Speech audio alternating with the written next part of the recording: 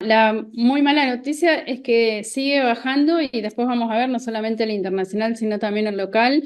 Hemos visto en esta semana continuidad de las bajas, principalmente en lo que se refiere a soja, con fuertes bajas, después de un reporte de oferta-demanda de Luzda el lunes que confirmó lo que quizás ya veníamos viendo y siguiendo en todos los reportes, que se tendrán una gran cosecha de soja especialmente, ¿no? En el caso de lo que es maíz, también la cosecha va a ser enorme en Estados Unidos, pero la soja sorprendió quizás que aumentó casi entre 4 millones de toneladas la expectativa de producción para Estados Unidos, y eso además se traduce en mayores stocks finales que, para resumirte el concepto, hace que en el balance este que dio Luzda, entre Estados Unidos, Argentina y Brasil para la 24-25 se esperen 30 millones de toneladas más de una campaña a la otra de soja, ¿no? Falta un montón, pero eso es el panorama que mostró este reporte de Luzda. Y desde el punto de vista productivo, este panorama bajista por una mayor oferta no encuentra una contrapartida en una mayor demanda, por eso es que el mercado, digamos, tira hacia abajo. Sí, totalmente. Pensar que venimos a pesar de todas nuestras catástrofes productivas y demás que hemos tenido en las últimas campañas, la producción en general a nivel global ha seguido aumentando y, como vos mencionás, la demanda, en el caso particular de la soja como principal importador, China, si bien no es que ha bajado, no ha crecido o no ha venido creciendo con el mismo ritmo que estábamos acostumbrados antes de la pandemia. Entonces, tenemos a Brasil, que de una campaña a la otra venía aumentando mucho su área y lo traducía en mayor volumen, y por el otro, el principal importador, que no acompaña de la misma manera el crecimiento ese de oferta, ¿no? Paulina, ¿hay algún otro fundamento que no tenga que ver con lo productivo propiamente dicho, que esté también incentivando esta baja en el precio de los granos a nivel internacional? No, yo creo que es un componente, en este caso, bien clásico de oferta-demanda, con un exceso en la oferta y una demanda retraída. Sí es verdad, y lo relaciono con tu pregunta, ¿no?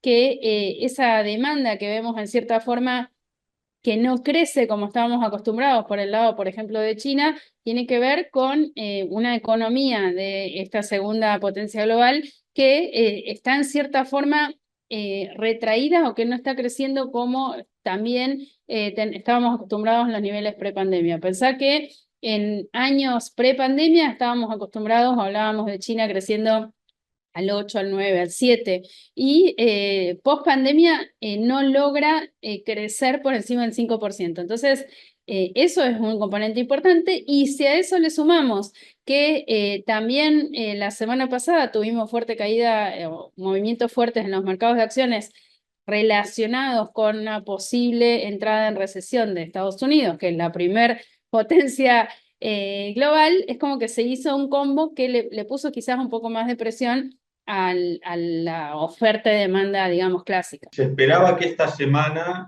cuando tuvimos algún leve rebote hacia la suba, la soja hubiera encontrado su piso. Finalmente eso no ha sucedido, todavía no sabemos cuál es el piso de precio de la soja a nivel internacional hoy. No, mira, si uno mira, viene quebrando todos los soportes, ¿no? Es como que cada semana quiebra un soporte nuevo.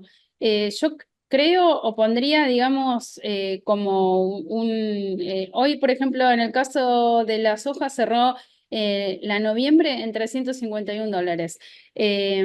O sea, está quebrando inclusive esos niveles. En los peores momentos hay como un canal de precios bajos que fue entre 2014 y 2019, el peor precio en ese momento fue $290 la soja, y se movía, digamos, la mayor parte del tiempo se movió entre 3.30 y 3.50. Yo no vería como algo improbable que toquemos esos $330 en el corto plazo. Obviamente puede aparecer algún factor que hoy no estamos viendo, pero en el corto plazo, si no aparece una fuerte reactivación de la demanda o algún otro factor, en el corto plazo, yo creo que podemos llegar a ver ese valor también en el mercado de referencia que es Chicago. ¿Es algún otro factor posible que no tenga que ver con la demanda? ¿Puede venir por el lado de lo climático o el mercado climático de Estados Unidos ya ha dado su veredicto y en ese punto no vamos a tener problemas? No, yo creo que ya el clima y la expectativa de producción en Estados Unidos ya está, salvo que tengan algún problema durante la cosecha, pero una cosa terrible que se lleve una gran cantidad de toneladas. Pero pensemos que ya partimos de una situación. El lunes pasado ya había, digamos, gran parte de la soja había pasado, cerca de un 80% ya había pasado definición de vaina. Entonces, en una condición, bueno, excelente, 67%, eso es muy bueno, y con una situación de sequía que hoy subió un 1%, pero estamos hablando de un 7% de área con sequía. Entonces, ya prácticamente creo que es imposible que haya una fuerte caída de producción. Ahora, es como que remarqué mucho el corto plazo. ¿Qué otro elemento puede hacer que esta tendencia se revierta y veamos subas? Quizás un poquito más adelante, que justamente empecemos digamos, tradear el mercado climático sudamericano. Pensá que ese aumento de 30 millones de toneladas de una campaña a la otra que puso Luzda está contemplando que Brasil va a tener 169 millones de toneladas, que Argentina 51, y entonces toda esa cantidad de millones de toneladas todavía ni siquiera se sembraron. Entonces, ahí yo creo que en poquitos meses ya vamos a empezar a ver si llueve, no llueve, si cuánto se siembra, cuánto no en Argentina y en Brasil. Claro, y el riesgo puede ser que el impacto climático se dé en Argentina y no en Brasil y tengamos buenos precios, pero poca producción, ¿no? Digamos, en ese caso, tal vez los productores afectados van a salir más perjudicados que lo que es el mercado de hoy. Sí, totalmente. En las últimas campañas tuvimos algo de lo que vos estás mencionando. Nosotros tuvimos sequías catastróficas históricas y los precios internacionales tampoco ayudaron, siguieron bajando. Un tema que te quiero agregar, que también el mercado está viendo como potencial posible alcista o que le pongan piso a los precios, es que los fondos especulativos en Chicago tienen una posición récord vendida, principalmente en soja, porque en maíz la han empezado a achicar. Pero recordemos que estos fondos, si no aparece un elemento alcista, es probable que sigan estando vendidos más tiempo. Ahora, si se da, digamos, uno o dos elementos potencialmente alcistas, podemos empezar a ver que recompren posiciones y bueno, y ayuden a alguna suba de precios. Pero hoy digamos, hoy en el inmediato ese dato no es alcista hoy. Y hablabas en algún momento, y por supuesto el mercado de referencia que es Chicago, tiene digamos, su efecto en Argentina. Y hablabas, digo, en un momento de que acá también ha habido una escalada bajista en las últimas semanas. ¿En qué niveles estamos? ¿Cuánto puede el productor seguir aguantando hasta que el negocio, en definitiva, pase a terreno negativo? Y yo te diría que ya está en terreno negativo el negocio para los productores. Cuando uno habla con los productores, los números, o sea, de cómo cierran la campaña 23-24, es totalmente distinto a los números que teníamos a fin del 2023, con los cuales sacaban muchos márgenes de esta campaña. Hoy ya los números son negativos y encarando la 24-25 son negativos, son márgenes negativos. Yo creo que en el contexto local se suma, además de toda la incertidumbre esta de bajos precios, un componente que no podemos dejar de tener en cuenta, ¿no? Dos componentes principales. Uno, que el peso de los derechos de exportación es enorme. En el caso de la soja, hoy estaba chequeando números, son casi $130 por tonelada que se descuentan del valor FOB en concepto de derechos de exportación. Y obviamente la brecha del tipo de cambio, digamos, además de muchos otros elementos. Entonces, creo que en una situación internacional en donde los números no le cierran ni a un productor de Estados Unidos, ni de Brasil, ni de Ucrania, ni de ningún lado, para un productor local el número es muchísimo peor, y bueno, y hace que creo que tengamos que rever esta situación para evitar que muchos pierdan definitivamente o se tengan que salir del negocio. ¿Y esta situación te parece, desde el punto de vista especulativo, sobre todo, ¿no?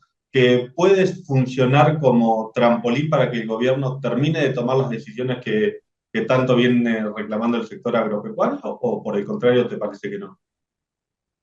No, creo que no va a estar, no va a ser un punto de toma de decisiones para el gobierno ver esta situación. Creo que, porque tengamos presente que digamos, lo que ingresa por derechos de exportación hoy en nuestra economía o para los ingresos del Estado es muy significativo. Pensá que estamos hablando de $129 por tonelada en lo que es soja.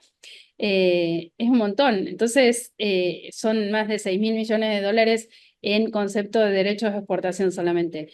Parece poco probable que, salvo que se encuentre otra forma de ingreso de dólares a nuestra economía, parece difícil que se bajen o se quiten. Yo creo que sí sería una medida muy positiva que se eliminen en todo lo que son los cultivos, por ejemplo, bueno, maíz, trigo, sorgo, cebada, girasol, o sea, todos cultivos que no generan un gran ingreso en ese concepto de derechos de exportación, pero que para el productor cambiarían por completo su número. Obviamente sería lo ideal que ni siquiera haya en soja, ¿no? Eso obviamente, pero creo que seguir manteniéndolos en cultivos que tienen poco peso para los ingresos del Estado y un altísimo valor negativo para un productor es una estrategia que no tiene mucho sentido que siga existiendo. En este contexto de todo lo que has descrito, lo que nos has contado del escenario internacional, el escenario local, ¿qué te parece que va a hacer o que debería hacer el productor con la comercialización de la campaña que viene? Bueno, falta un montón todavía, porque todavía queda mercadería de esta campaña por definir. Yo, viste que siempre, Luciano, insisto en que se sienten, que hagan por lo menos una evaluación de escenarios para que después no los agarre de sorpresa. Yo creo que, salvo que aparezca algo que hoy en el corto o mediano plazo no existe, podemos tener otra campaña de bajos precios. Entonces, en ese contexto creo que es fundamental hacer esos escenarios con los precios que tenemos que hoy tenemos para la campaña que viene, y empezar a tomar decisiones en qué es lo que se puede o ajustar o afinar o poner más el foco para que el margen de alguna manera con esos números pueda cerrarse y en caso que así sea, capturar en parte, digamos, ese margen poniendo pisos de alguna manera flexible siempre. Yo creo que eso lo haría. Después, lo otro que puede llegar a sumar adicional, por ejemplo, que haya una baja de derechos de exportación, que vayamos a un tipo de cambio único, que haya algún salto evaluatorio, o sea, todo lo adicional que pueda generar un mejor número se va a sumar al número de la nueva campaña, porque igualmente cuando hablamos de tomar decisiones de poner pisos con cobertura flexible y demás, nunca se habla del 100%, o sea que si se cubre una parte, todo el resto va a estar abierto a que si hay mejoras locales se puedan capturar.